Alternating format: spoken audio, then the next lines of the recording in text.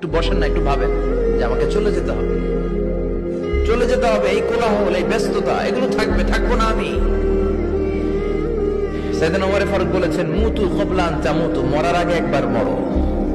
হাসিবু ক্বাবলা আন তুহাসাবু আলাইকুম, তোমার হিসাব নেওয়ার আগে তুমি একবার নিজের হিসাবটা করো না। কাগজ বের করে একটু লিখো না, কি কি ভালো কাজ করছিলা যেগুলো দিয়ে নাজাতের ওসিলা হতে পারে, 1 2 3, আর কি কি আকাম কুকাম করছো দেখো না, লিখে দেখো তোমার অবস্থাটা কি। মরার আগে একবার মরো। মরার আগে খাটের মধ্যে শুয়ে শটান করে চোখ বন্ধ করে একবার মরার ভান করে দেখেন কেমন লাগে। চোখটা বন্ধ করেন আর ভাবেন আপনি নাই, কি কি হতে পারে ভাবেন। আপনার ছেলে মেয়েরা কান্না জুড়ে দিবে, আপনার প্রাণের স্ত্রী বিলাপ শুরু করে দিবে, বন্ধু বান্ধবের চিৎকার আর মাতম, স্থানীয় এলাকার মসজিদে ঘোষণা, অমুক এলাকার নিবাসী অমুক ভাই অমুকের ছেলে অমুক দুনিয়ায় নাই।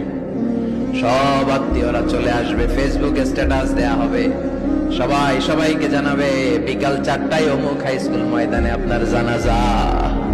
ছুটে আসবে, সবাই ছুটে আসবে আপনাকে শেষ বিদায় দিতে, গুড বাই জানানোর জন্য, আল ওয়াদা, বিদায় জানাতে আসবে সবাই।